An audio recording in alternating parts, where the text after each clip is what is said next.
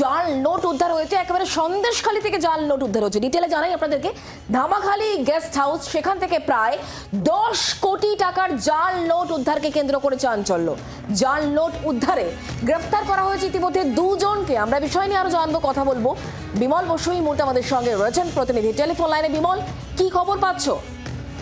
দেখো, সন্দেশখালী থানার ধামাখালী একটি গেস্ট হাউস থেকে প্রায় কোটি কোটি টাকা এই মুহূর্তে, যেটা আমরা প্রশাসন সূত্রে জানতে পারছি, এখনো গোনা চলছে। প্রায় 10 কোটি টাকার মতো এখনো পর্যন্ত গোনা গিয়েছে। এটা আরো বাড়তে পারে বলে জানা যাচ্ছে।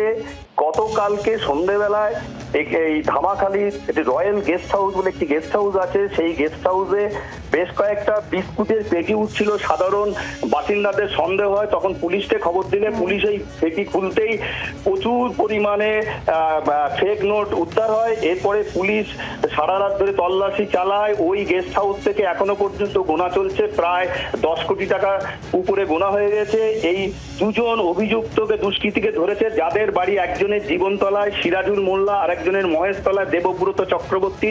এদের দুজনকে অ্যারেস্ট করেছে এবং জিজ্ঞাসাবাদ করছে আর কোন কোন জায়গায় ছিল। প্রাথমিক তদন্তে মনে করছে এই গেস্ট হাউস থেকে এই জাল নোটগুলো বিভিন্ন গ্রাম অঞ্চলে ছড়িয়ে দেওয়ার উদ্দেশ্য ছিল।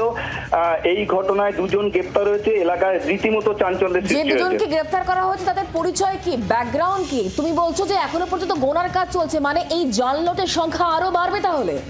হ্যাঁ, বাড়তে পারে। যেটা এখনো পর্যন্ত যেটা জানতে পারছি প্রশাসন সূত্রে, 9 কোটি প্রায় 10 কোটি টাকা মতো হয়েছে, যেটা ওখানকার পুলিশ এবং স্থানীয় যে ওসি আছেন তিনি জানাচ্ছেন। এখন গোনা শেষ না হলে পর্যন্ত বলা যাবে না। তবে দুজনকে গ্রেপ্তার করেছে, তাদের দুজনেরই বাড়ি জীবনতলায়, দক্ষিণ 24 পরগনা সিরাজুল মোল্লা, আর একজনের মহেশতলা দেবব্রত মণ্ডল। এই চক্রের সঙ্গে আরো কেউ জড়িত আছে কিনা, এই দুজনকে জেরা করা হচ্ছে এখন থানায়।